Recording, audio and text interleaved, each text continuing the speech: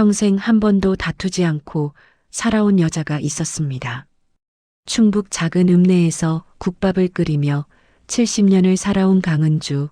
그녀는 누구보다 착하고 조용한 사람이었습니다. 하지만 마을에 재개발 소식이 들리자 모든 것이 달라지기 시작했습니다. 가장 먼저 달라진 건 바로 가족이었습니다. 며칠 후 신우이의 땅 문서가 사라졌고 그 문서를 들고 부동산에 나타난 사람은 다름 아닌 올케였습니다. 과연 강은주는 어떤 선택을 하게 될까요? 이 이야기가 궁금하시다면 구독과 좋아요 부탁드립니다. 강은주는 충북의 조용한 읍내에서 평생을 살아온 70대 여성입니다. 그녀가 처음 국밥집 국자를 잡은 건 23살 때였습니다. 그때부터 지금까지 거의 50년 가까이 같은 자리에서 같은 일을 해왔습니다. 새벽 4시면 일어나 육수를 끓이고 저녁 9시가 되어야 가게 문을 닫았습니다. 손님들은 은주의 국밥을 먹으러 왔지만 사실 그들이 더 좋아한 건 은주의 따뜻한 말 한마디였습니다. 남편은 마을 정미소에서 일했습니다. 무거운 쌀가마니를 나르고 기계를 돌리며 평생 몸을 혹사했습니다. 젊었을 때는 그럭저럭 버텼지만 나이가 들수록 허리와 무릎이 좋지 않았습니다. 그래도 남편은 한 번도 힘들다는 말을 하지 않았습니다. 은주 역시 마찬가지였습니다. 두 사람은 말없이 각자의 자리에서 최선을 다했습니다. 두 아들은 성실하게 자랐습니다. 큰아들은 읍내에서 작은 철물점을 운영하며 가정을 꾸렸고 작은 아들은 도시로 나가 회사에 다니며 살고 있었습니다.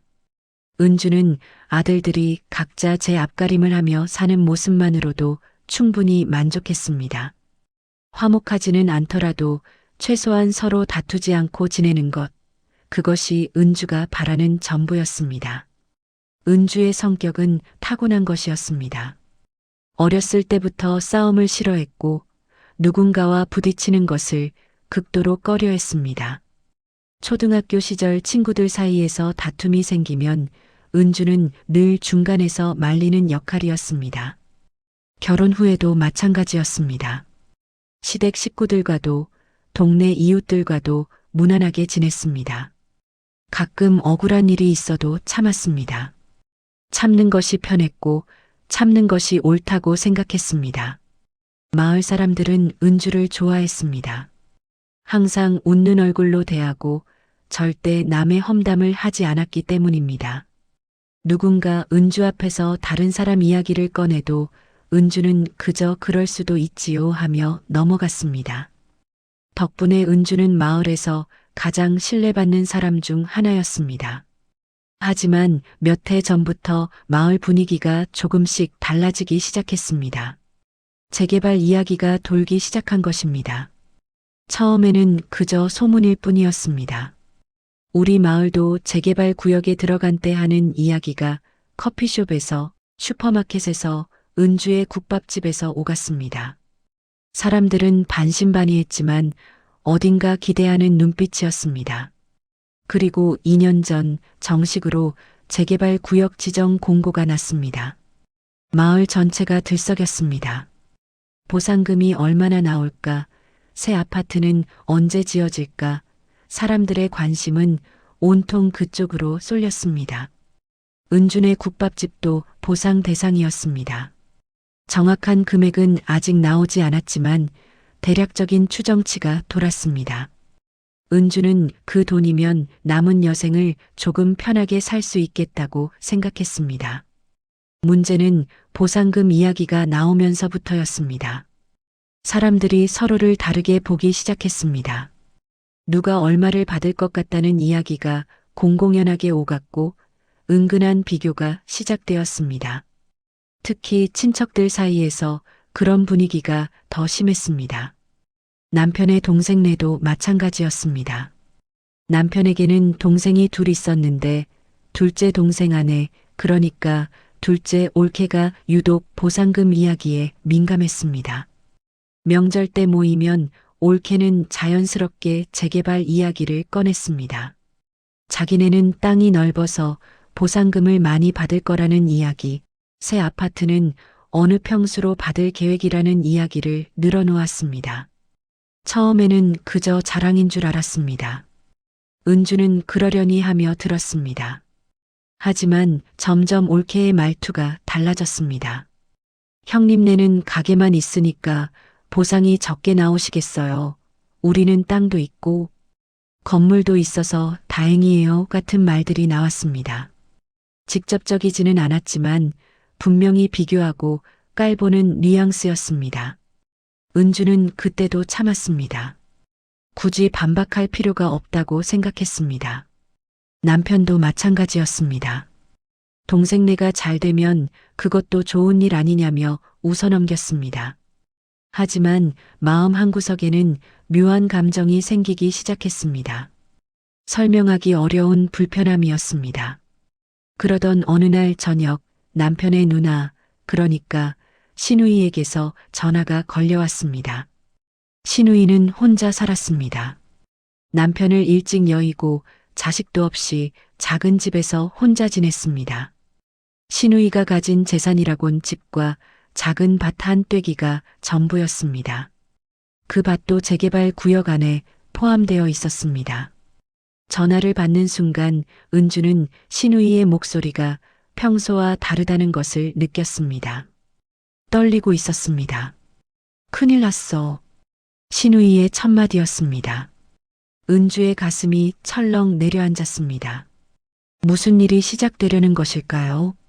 신우이의 목소리는 분명히 떨리고 있었습니다.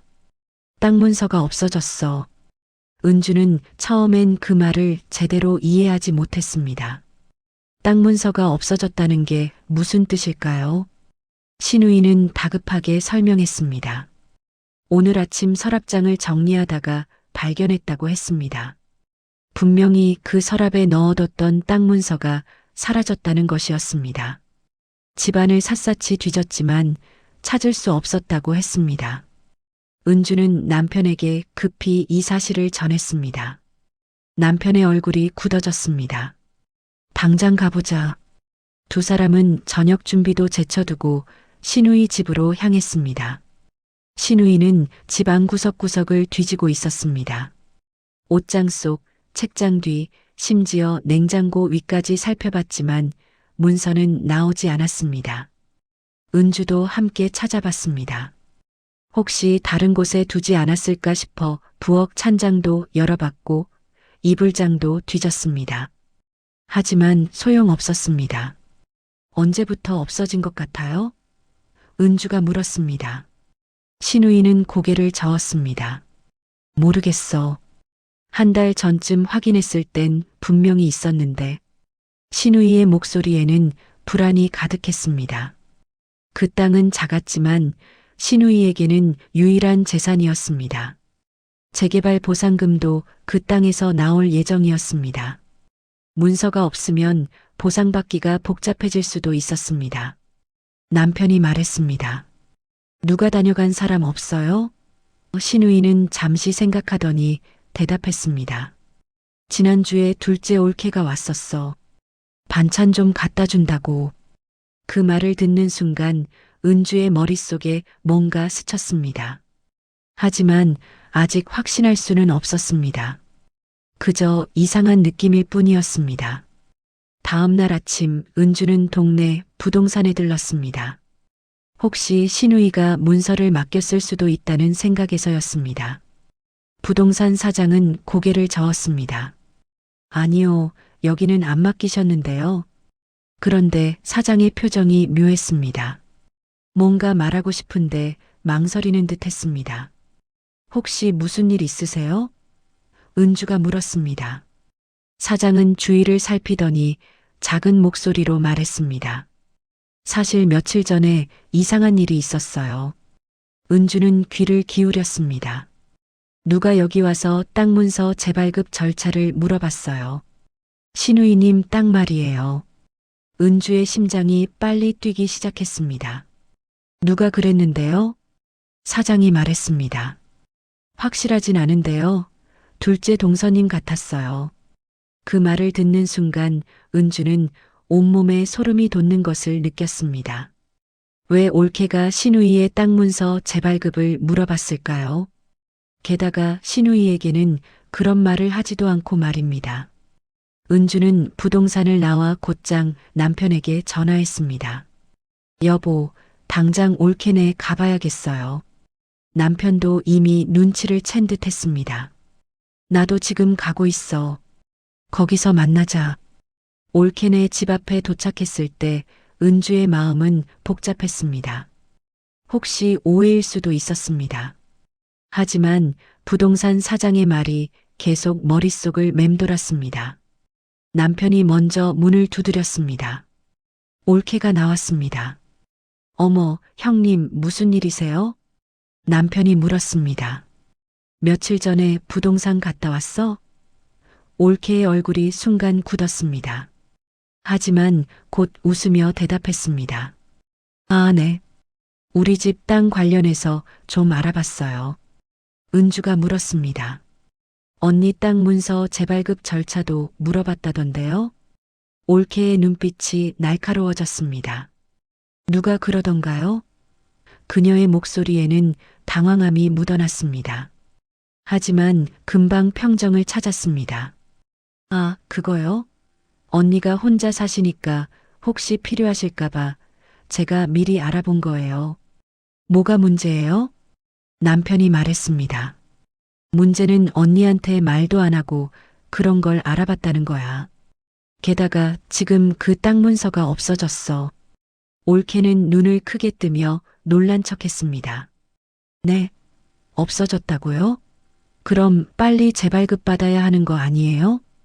은주는 올케의 태도에서 이상함을 느꼈습니다.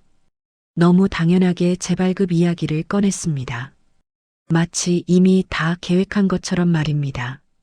그래서 물어보는 건데 혹시 그 문서 본 적 있어요? 올케가 웃었습니다. 형님, 그게 무슨 말씀이세요? 제가 왜 언니 문서를 봐요?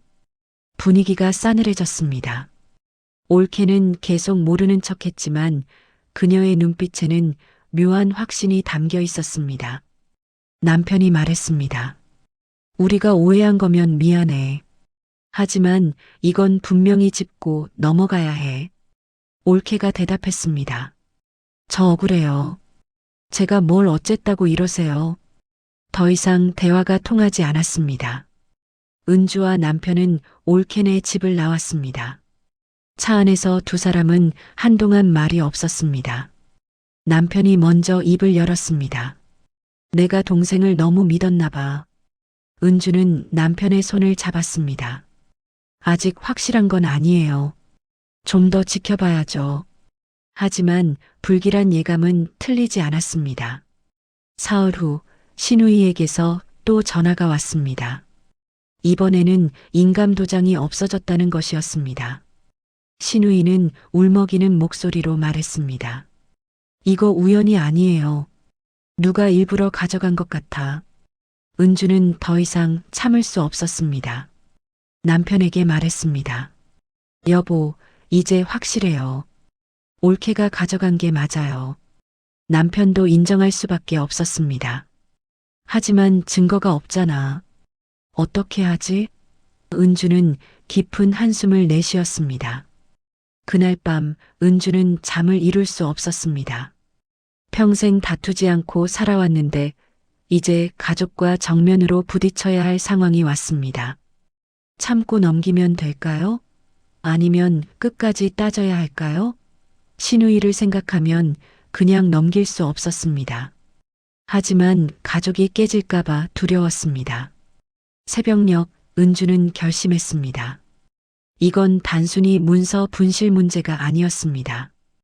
약한 사람을 이용하려는 욕심이었습니다. 은주는 평생 참고 살았지만 이번만큼은 달라야 했습니다. 혼자 사는 신우이를 지켜줄 사람은 자신밖에 없었습니다. 다음 날 아침 은주는 읍사무소로 향했습니다. 신우이의 토지 관련 서류 열람 기록을 확인하기 위해서였습니다. 담당 공무원이 말했습니다. 최근에 조회한 기록이 있네요. 은주가 물었습니다. 누가 조회했나요? 공무원이 대답했습니다. 본인이 아닌 경우 친족도 가능한데요. 며칠 전에 조회가 있었어요. 은주의 예감은 적중했습니다. 올케가 이미 신우이의 땅에 대해 조회를 했던 것입니다. 이제 의심이 아니라 거의 확신이었습니다. 하지만 여전히 결정적인 증거는 없었습니다. 은주는 집으로 돌아오며 생각했습니다. 어떻게 해야 신우이를 지킬 수 있을까요? 그리고 마침내 결정적인 순간이 다가오고 있었습니다. 은주는 더 이상 물러설 수 없다는 것을 알았습니다. 평생 참고 살았지만 이번만큼은 달라야 했습니다. 신우이를 지키지 못하면 평생 후회할 것 같았습니다. 은주는 남편에게 말했습니다. 여보, 우리 경찰서에 가봐요. 남편은 고개를 저었습니다. 아직 증거가 부족해. 가족 간의 일인데 경찰이 나서줄까? 남편의 말이 맞았습니다. 증거가 없었습니다. 의심만으로는 아무것도 할 수 없었습니다. 은주는 다른 방법을 생각했습니다. 그날 오후 은주는 신우이와 함께 읍사무소를 다시 찾았습니다. 토지 관련 서류에 대한 모든 기록을 확인하고 싶었습니다. 담당 공무원이 친절하게 설명해 줬습니다. 토지대장 열람 기록이 남아 있어요. 최근 한 달 사이에 2번 조회가 있었네요. 누가 조회했나? 신우이가 물었습니다. 공무원이 화면을 보며 대답했습니다. 친족관계 확인 후 열람이 가능한데요. 보니까 시동생분이 조회하셨네요. 은주와 신우이는 서로를 바라봤습니다. 이제 의심이 아니라 사실이었습니다. 올케가 신우이 몰래 땅 정보를 조회한 것입니다. 그럼 이 기록을 증거로 쓸 수 있나요? 은주가 물었습니다. 공무원이 말했습니다. 조회 자체는 불법이 아니에요. 친족이면 열람할 수 있거든요. 다만 그 후에 무엇을 했느냐가 중요하죠. 은주는 한숨을 내쉬었습니다. 역시 이것만으로는 부족했습니다. 집으로 돌아오는 길 신우이가 말했습니다. 그냥 포기할까? 가족끼리 이렇게까지 해야 하나 싶어. 은주는 신우이의 손을 잡았습니다. 언니, 이건 포기할 문제가 아니에요. 언니 재산이고 언니 권리예요. 우리가 지켜야 해요. 그날 저녁 남편의 큰 동생이 찾아왔습니다. 둘째 올케의 남편, 즉 남편의 둘째 동생이 아니라 첫째 동생이었습니다. 큰 동생은 평소 말이 적고 의리 있는 사람이었습니다. 형님, 제가 둘째네 이야기 좀 들었어요. 큰 동생의 표정이 심각했습니다. 무슨 이야기? 남편이 물었습니다. 큰 동생이 말했습니다. 둘째 재수 씨가 요즘 부동산 중개인이랑 자주 만난대요. 동네 사람들이 봤대요. 뭔가 땅 거래 준비하는 것 같다고. 은주의 심장이 빨리 뛰었습니다. 혹시 어느 땅인지 알아요? 큰 동생이 고개를 끄덕였습니다. 누나 땅이라고 하더라고요. 재수 씨가 보상금 나오면 자기가 받을 수 있다고 중개인한테 말했대요. 이제 모든 퍼즐이 맞춰지기 시작했습니다. 올케는 신우이의 문서와 인감을 훔쳐서 땅을 팔려고 했던 것입니다. 남편의 얼굴이 붉어졌습니다. 당장 가봐야겠어. 큰 동생이 말렸습니다. 형님, 진정하세요. 지금 가면 또 발뺌할 거예요. 증거를 확실히 잡아야 해요. 큰 동생의 말이 옳았습니다. 은주가 물었습니다. 어떻게 하면 될까요? 큰 동생이 말했습니다. 제가 그 중개인 알아요. 내일 제가 가서 확인해 볼게요. 정말로 누나 땅 거래를 준비 중인지 말이에요. 은주는 큰 동생에게 고마움을 느꼈습니다. 적어도 가족 모두가 나쁜 건 아니었습니다. 다음 날 큰 동생에게서 전화가 왔습니다. 형님, 확실해요. 중개인이 직접 말했어요. 둘째 재수 씨가 누나 명의로 땅 매도 계약 준비 중이래요. 심지어 서류도 거의 다 준비했대요. 이제 더 이상 기다릴 수 없었습니다. 은주와 남편 그리고 큰동생은 함께 읍내 은행으로 향했습니다. 혹시 모를 상황에 대비해 신우이의 토지 거래를 사전에 차단하기 위해서였습니다. 은행 직원이 확인해 보더니 놀란 표정으로 말했습니다. 어머, 마침 오늘 아침에 이 토지 관련 매도 서류가 접수됐어요. 뭐라고요? 신우이가 소리쳤습니다. 제가 그런 거 낸 적 없는데요. 은행 직원이 당황하며 말했습니다.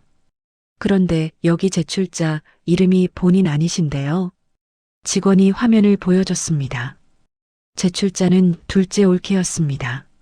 남편이 차분하게 물었습니다. 지금 이 서류 처리 중단할 수 있나요? 직원이 대답했습니다. 물론이죠. 토지 소유주 본인이 직접 오셨으니 당연히 중단할 수 있어요. 이건 명백한 위조 서류예요. 은주는 안도의 한숨을 내쉬었습니다. 간발의 차이로 막은 것입니다. 만약 하루만 늦었어도 계약이 진행됐을지 모릅니다. 은행 직원이 말했습니다. 이 경우는 고소하셔야 할 것 같아요. 명예 도용이거든요. 집으로 돌아오는 길 신우이가 울었습니다. 고맙네.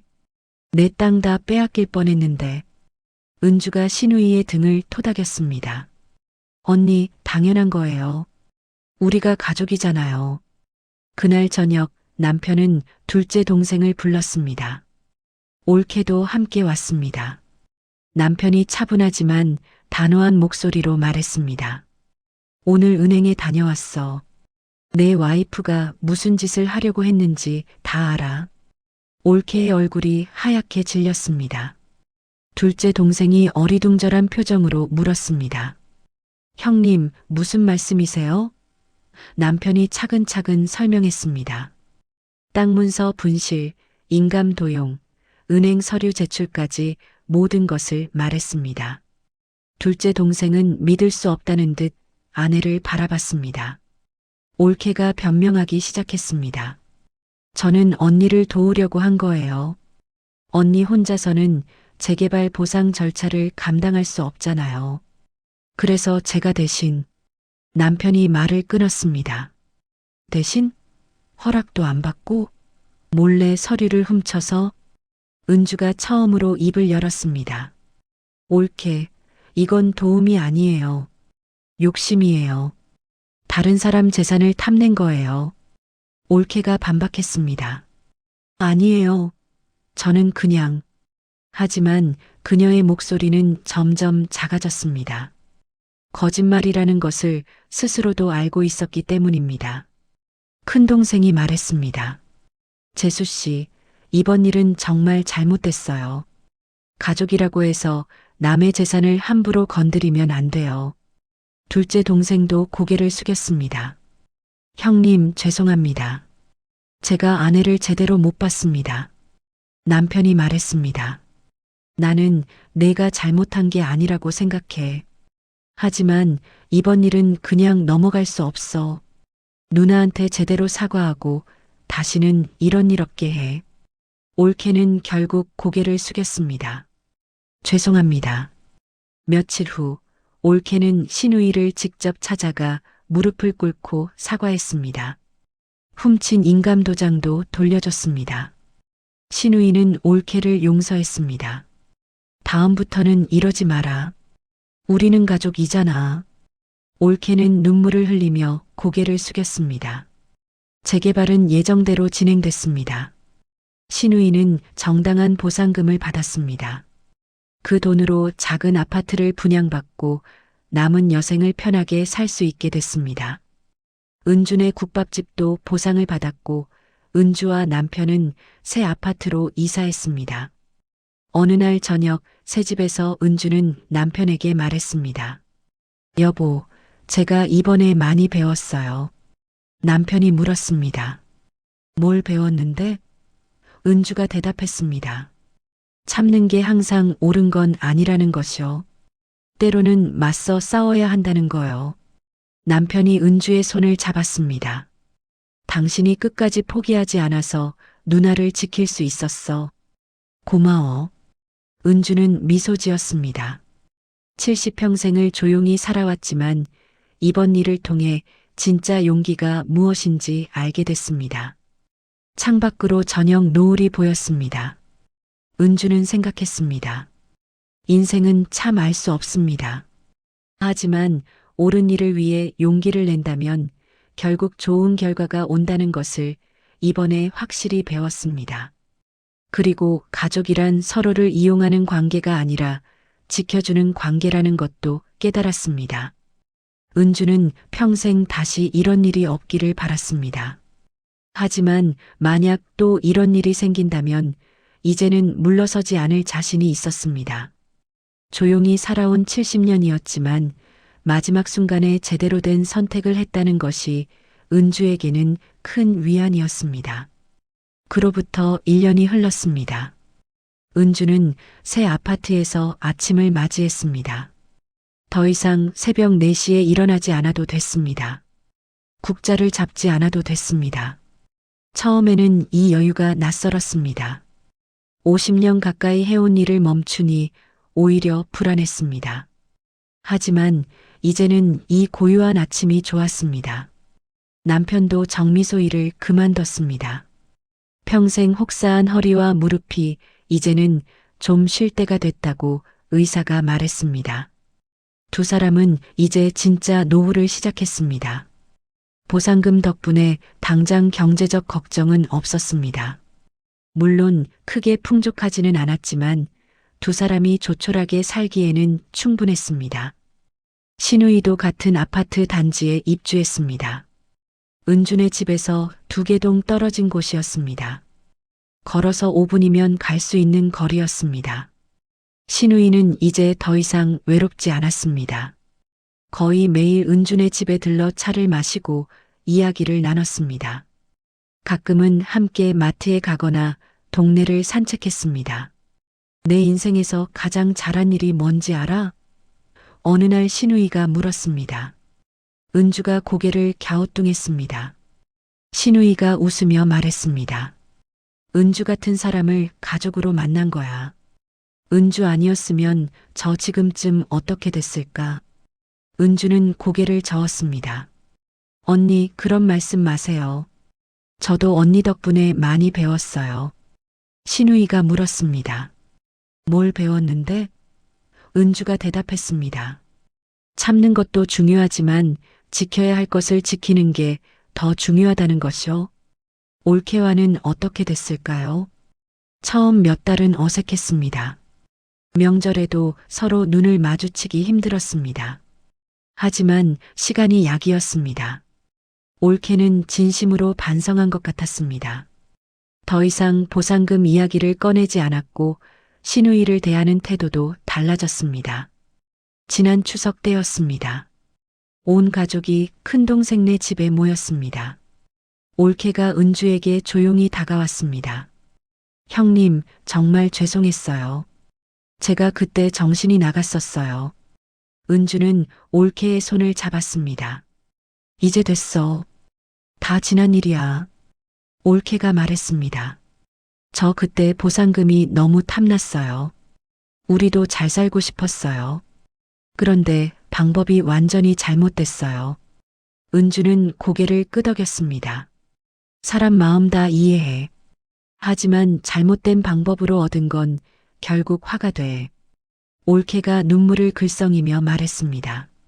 이제 알아요. 형님이 그때 막아주신 게 저한테도 다행이었어요. 만약 그 짓을 끝까지 했다면 저 평생 죄책감에 시달렸을 거예요. 은주는 올케의 어깨를 토닥였습니다. 이제 새로 시작하면 돼. 우리 여전히 가족이잖아. 그날 저녁 식사 자리는 화기애애했습니다. 큰아들 내외와 작은아들 내외도 왔습니다. 손주들도 함께였습니다. 아이들의 웃음소리가 집안을 가득 채웠습니다. 은주는 이 순간이 참 소중하다고 느꼈습니다. 1년 전만 해도 이런 날이 올 거라고 생각하지 못했습니다. 남편이 은주에게 속삭였습니다. 당신 덕분이야.